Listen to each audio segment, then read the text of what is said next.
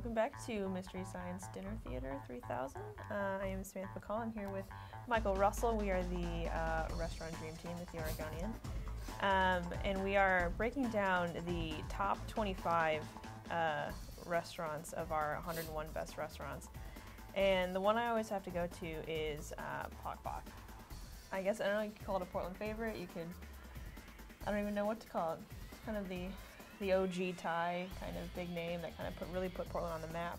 And it's still near the top. How did it hit so high? It's near the top, but it's not as high as I thought it would go. I've never done one of these lists before. I've never even broken down a top 10 restaurants, let alone a top 101. And I just assumed that Pok Pok would be in the top 10. I had it penciled in there from day one.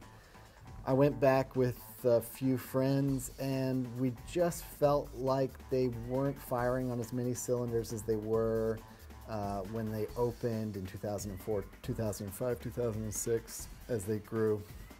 Not to say they're not great. They're still a one-of-a-kind Thai restaurant in Portland. They've opened locations in New York and another one coming up in Los Angeles. And people deserve to try that food. But there are new restaurants in Portland that are coming up and deserve to be recognized as well. You've got another big surprise at the top, Davenport, number 10, I believe.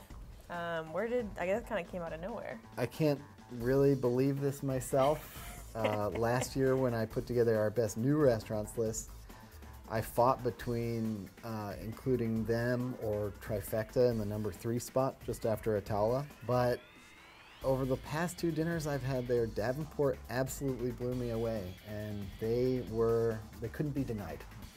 Couldn't be denied. And the obvious last, got Renata, which is our restaurant of the year this year, not number 1. I guess kind of what's the difference between our number 1 and the restaurant of the year? Well, if you look at this list, the top 10 are riddled with previous restaurants of the year.